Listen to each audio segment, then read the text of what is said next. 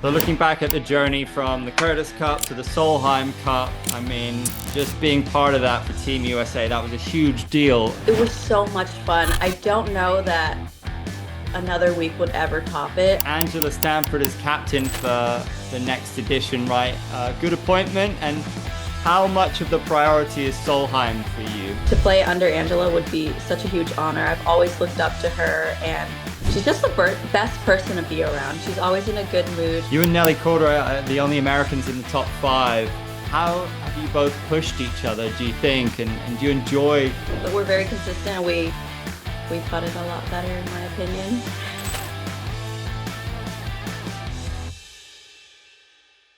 Yes, ladies and gentlemen, a very warm welcome to one of the greatest golfers on the planet, Lilia Vu. Welcome to Essentially Golf. Really nice to see you. What a wild thing to say, one of the best golfers on the planet, because it's true. You must hear it all the time. But how do you deal with being one of the greatest at something? An awful lot of hard work goes into that, hell of a journey just to get here and then maintain that. What a wild thing for anybody to do. Like, how's everything? How's life? How is it being one of the best in the world? I feel like I don't feel like one of the greats yet. I feel like I have a lot more to achieve. And I think, I had a big breakout year in 2023, kind of followed it up in 2024 with an injury and one win. And it's just been kind of a work in progress. I feel like my journey's been a little different now. I'm kind of more body focused. And, I added a nutritionist to my team. Everything's been, about the warm up and getting to the golf course and just preparation, right? And so I feel like I'm getting to know my body better. So I know once it clicks, it's going to click really well. And then it's, yeah, it's balls to the walls for then. You just came off second place at the Ford Championship. Such an amazing field. How was it for you? How was the experience? Was there any injury worries hanging over you there? Is it about managing injury at the top level? Yeah. So I wouldn't say I'm injured, but I'm just getting back to strong. I feel like I'm almost there, really close. And I started in Asia. It was a little rough. I didn't travel well, so definitely aches and pains came back up, and I definitely had to battle through that a little bit. And so my goal after 2 weeks at home was just to kind of be in tune with my body. Just my goal was just to play maybe two tournament rounds without any aches and pains. And I got 4 rounds. And then by the end of it, kind of gained a little bit of distance on Saturday. And I know that kind of freaked me out and my caddy out because it's been so long since I hit the ball solid, right? And so I start carrying my irons 20 yards further, and now we're dealing with different things. And so definitely made his job a little harder, but it's getting back to where it used to be. And yeah, the Ford Championship was super fun. I felt like I finally feel like me again. So looking back at the journey from the Curtis Cup to the Solheim Cup, I mean, just being part of that for Team USA, that was a huge deal. How big was that for you? How exciting was that? Yeah, it was so much fun. I don't know that another week would ever top it. I think just coming, Spain the year before and ending in a tie, and it kind of killed us because we were leading the first day, and it was just tough on us, And so we came back with a stronger team. We didn't really have to, learn about each other. It was a similar team, switched out a couple people, and it was full force in DC. Stacy knew what to do. All our assistant captains knew what to do. And we just had the most fun ever. I don't think any week will ever top it. So we've got Angela Stanford as captain for the next edition, right? Good appointment. And how much of the priority is Solheim for you and for everybody? Yeah, I mean, Solheim's huge. Just, playing on a team representing your country is the highest honor. I always say that, and nothing's better than repping the red, white, and blue for me. And to play under Angela would be such a huge honor. I've always looked up to her, and she's just the best person to be around. She's always in a good mood. She's always, there to pick you up when you're feeling down. So I would love to go play for her in the Netherlands. That would be so cool. So tell me about the 2023 for you. I mean, as a British Open, I mean, you killed it. What was stood out for you? Was there a particular shot, a particular moment, and why do you think that was such a special year? Oh, that year was so good. it looked like a great year, right? But there's definitely some downs. I did have, after I won, so I won Honda and then I won Chevron. And then at Mizuho in New York, I had back spasms. And that kind of just like scared me. And so I took maybe one tournament off, a month off before the US Open. And I had put so much pressure about going to Pebble Beach because it's just the most iconic golf course. It's the US Open. It's the first time the women are playing there. And so, and then I was recovering from a back injury. And so I didn't know where my swing was. So I was just so panicked. And I played so bad. And I remember being like, how do I go from feeling like I'm so good at golf to not being able to feel like I can make contact with the golf ball? And of all places, at the US Open at Pebble Beach. Like we're building this up all year, and then when push comes to shove, I don't have it. And so that was really hard on me. And somehow my team picked me up back together, and we go to Europe, and then I did okay at Evian and the Scottish Open, and then I remember the Monday of British Open, I was so stressed, and my coach had flew in from California, and I was just telling him I didn't even hit one shot solid at the Scottish Open. Like, this is gonna be so bad. I don't know where my game's at. Like, and I think I was complaining for an hour straight. He didn't say one word. He was just listening to me.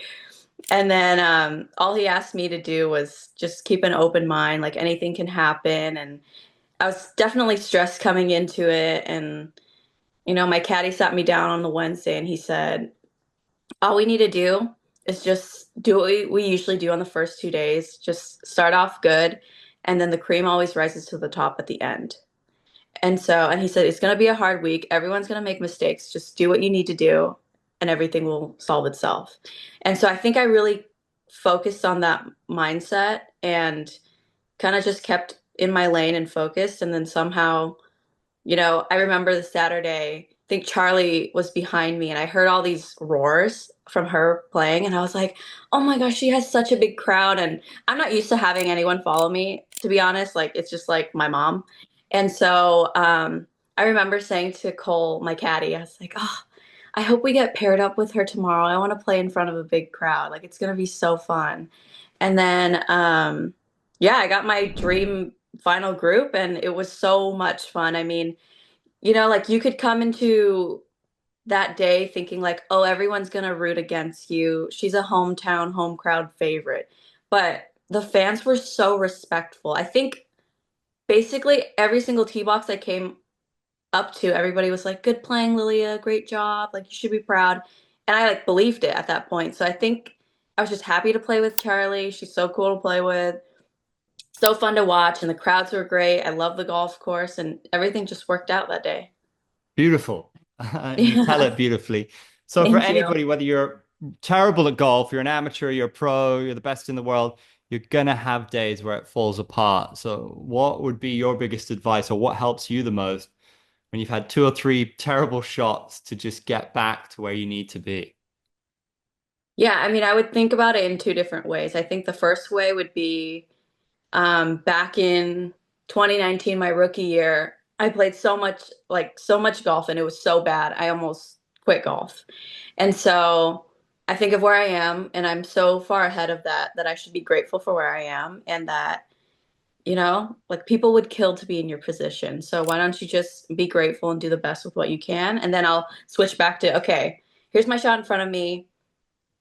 I trust my caddy. I trust him with everything. Let's just do what he tries to say and go from point A to point B. And then when I narrow it like that, it's very easy. But when I get kind of stressed and think about the shot in front ahead of that shot, it just doesn't end up well. So I try to keep a very one track mind. I think that's great advice. Yeah, I think when you think of the pressure and the prestige and the glory and everything and the bigger picture, right, that must come flooding in. But when it's micro, it seems so much more manageable. It's very wise. Yeah, for sure.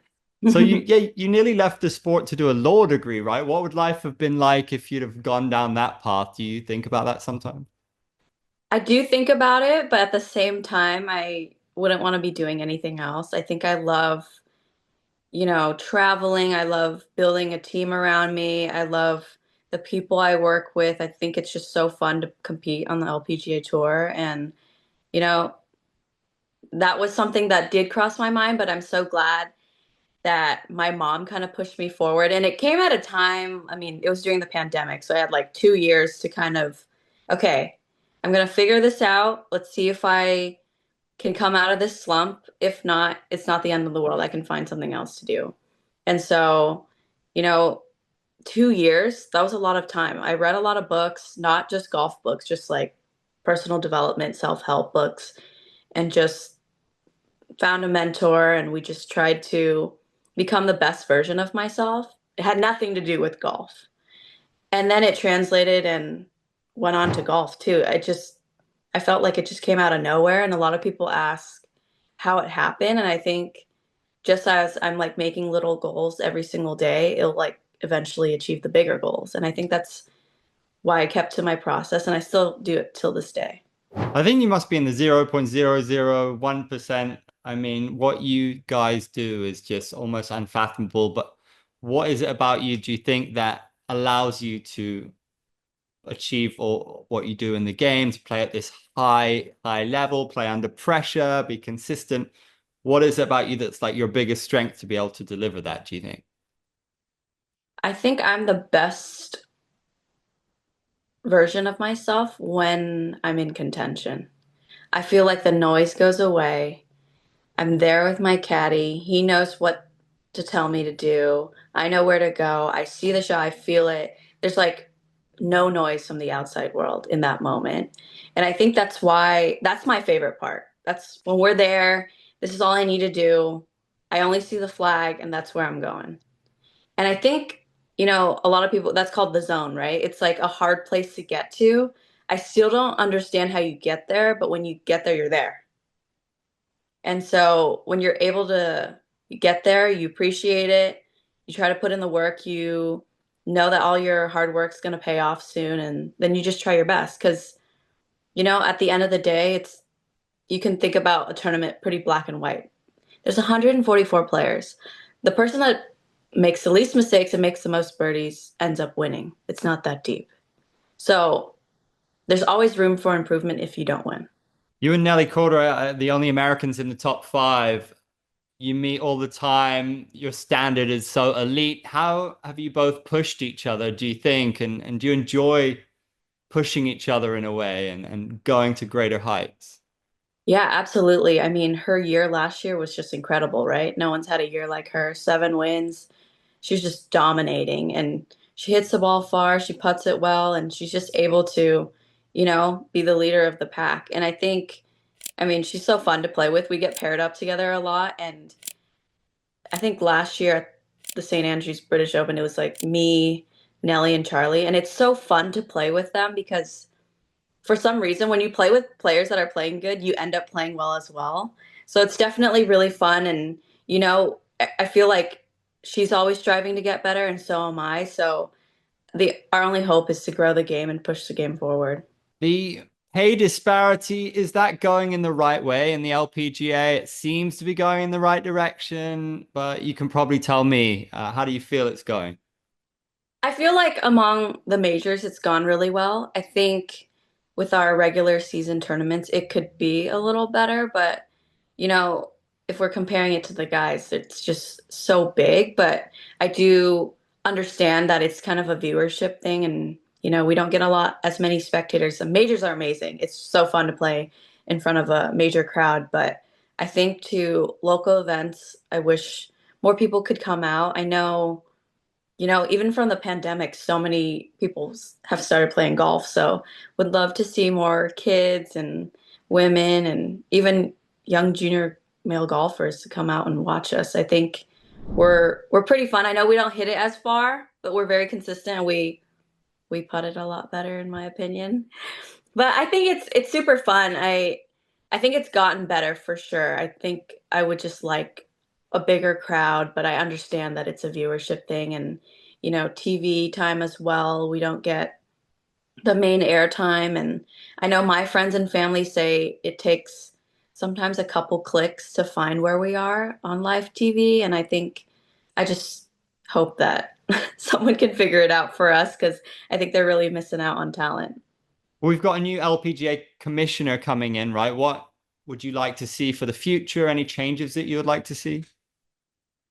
Yeah, just like I just said, I think just, more people coming out, more crowd interaction, more TV time. I think kind of just helping us help them kind of. And I think we're all in this together. I mean, we've seen the scale that the men have grown and it only seems like they get bigger and bigger every year. And I would hope that we could, go at the same pace. Not the same, payout, but just the same growth.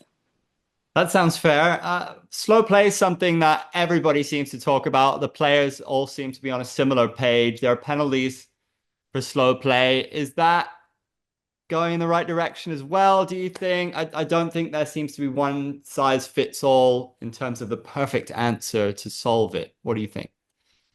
I think so. Last week was the first time they're trying out that new pace of play policy. I'm not that slow, so it doesn't really affect me. So I'm never scared.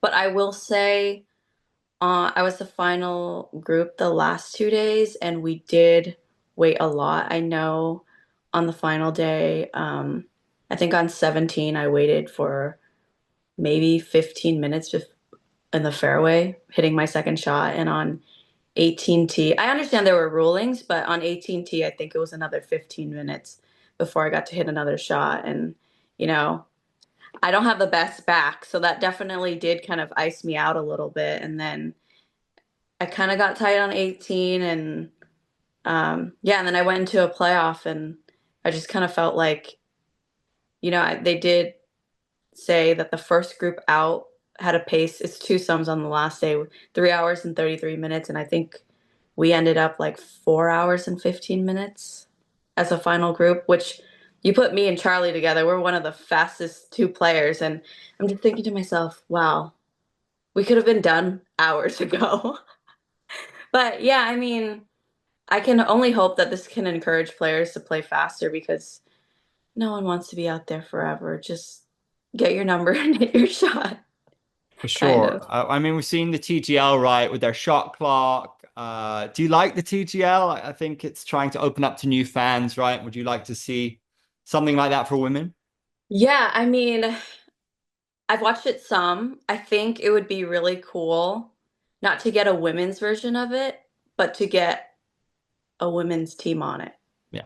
So say, yeah, just a group of 3 to 4 girls, could be anyone, and just because it helps showcase all of us, right? I don't think the men really lose anything out on adding a girls team. I think that might be kind of interesting for people to see that in a stadium where they can see everything and kind of get to know us more. I feel like, through full swing, everybody's come to love so many different players, correct?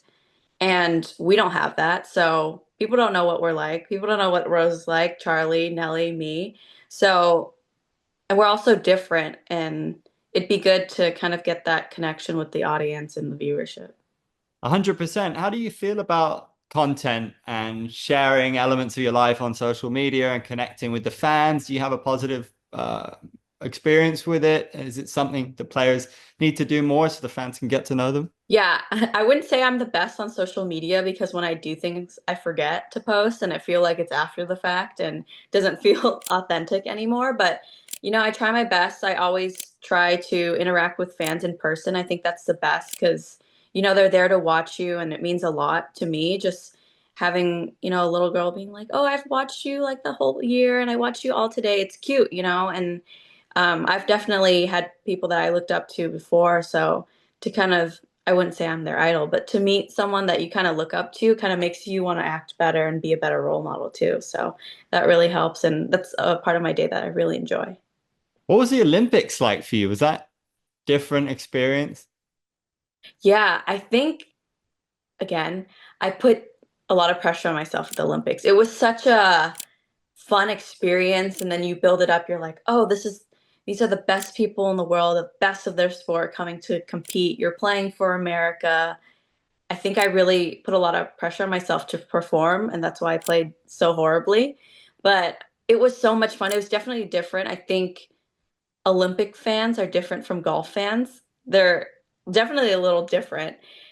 They're a little more vocal for sure. And so, yeah, it was a different experience. I think being in Paris, and this tournament only happens every 4 years. So I put a lot of pressure on myself to play well, and I didn't. And that was a little disappointing. But, I got sick that week, was sick at the Scottish, and then, went on to play the British Open pretty well. So, it was a good experience all over, yeah, overall. I remember seeing your post when you couldn't defend at Chevron. How do you deal with the ups and downs when injury stops you from doing what you want to do? We spoke about it a little bit at the start, but it must be an emotional roller coaster at times. Yeah, it was really hard to withdraw from Chevron. I love that event, and not being able to defend was really hard. And I went home, I think took 2 months on rehabbing and trying to get my body in the right direction. And it was hard because you just see all your friends playing tournaments that you want to play and you're not able to be there. You don't know if you're going to be able to come back from this. And so I dedicated a lot of time to doing that. I kind of took time for myself. I read a lot of books and watched shows, just did anything possible to kind of get myself back on the right track, and came back at the Mire. And my only goal that week, first week back, was to make contact with the ball. Like I didn't think about anything else. And I remember I was doing pretty well. And then Sunday comes and we're on the 15th hole, and I look at the leaderboard and I say to myself, oh, I'm not that far from the leader. And I remember saying, like, what if I birdie the next 3 holes? And then I birdied 16, par 17, birdied 18, and I was clubhouse leader at this point. And I did have a flight going to Seattle because KPMG was the next week. And so in that moment, I was like, oh, I've done well with my back. Like I couldn't have asked for anything more. And I hope someone either birdies or bogeys so I don't have to go into this playoff. And of course, we get into a three-way playoff, and I'm headed down there, and my back's feeling tight again. I'm like, oh God, someone just please do something on the first playoff hole. I don't care at this point if I win or lose. Like, let's just. I just want to be okay for next week because a major coming up, and so we all birdie 18. We go back, all birdie 18 again, and I think we switched to hole number uh 4.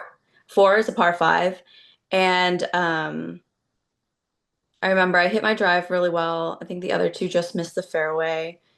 I thought to myself, okay, I'll just finish this because I need to go. I don't want to hurt my back anymore. This needs to be done. And somehow hit my 3 wood into the bunker, green side, hit it out to 4 feet and made it for birdie. And then I won. And it was just, people always say beware of the injured golfer, right? Because you're not really thinking about golf. You're thinking about something else and you're just trying to survive. And so I think that really kind of helped me just do what I needed to do. Wow, that's amazing. So, when you were off reading books and watching movies, anything game changing for you? Anything that you would definitely recommend? Mm, there's a book. It's called Be Water, My Friend. It's by Bruce Lee's daughter. I think it's Shannon Lee. And it was kind of this, my takeaway from the book is that waters can be really peaceful, can be really tranquil, and at the same time, it could be really dangerous with all the floods and tsunami and all that stuff. So it kind of also touched on the ability to be adaptable. And so that was just my stance going through everything. Like, just go where you need to go with the flow.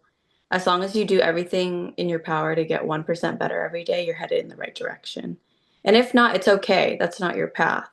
And so I kind of kept to that mindset. It kind of took the pressure off me. Like, let's just get back to healthy. You don't need to go out there and prove that you're good because you already are. And so I think that really helped with my mindset. There's that I've achieved so much and I forget that a lot of the times. Like sometimes I don't remember any of the things I've done and I'm like, oh, I can't do this. Well, you won XYZ. And so definitely, yeah, that really changed my mindset with everything. I'm glad I asked. As a martial arts fan, that definitely resonates. That's a beautiful way to look at things, I think, for sure. So I just wanted to ask, I'm going to ask you who you think is going to win the Masters, but you mentioned Pebble Beach, women playing iconic courses like that. Do you think Augusta National needs to host a pro women's event? I mean, it'd be lovely for that to happen, right? But you know that so much goes into it, like what tournament, what sponsors, like if Augusta would have our version of a Masters, that'd be amazing. But I mean, it is 2025, and if it hasn't happened by now, it probably won't.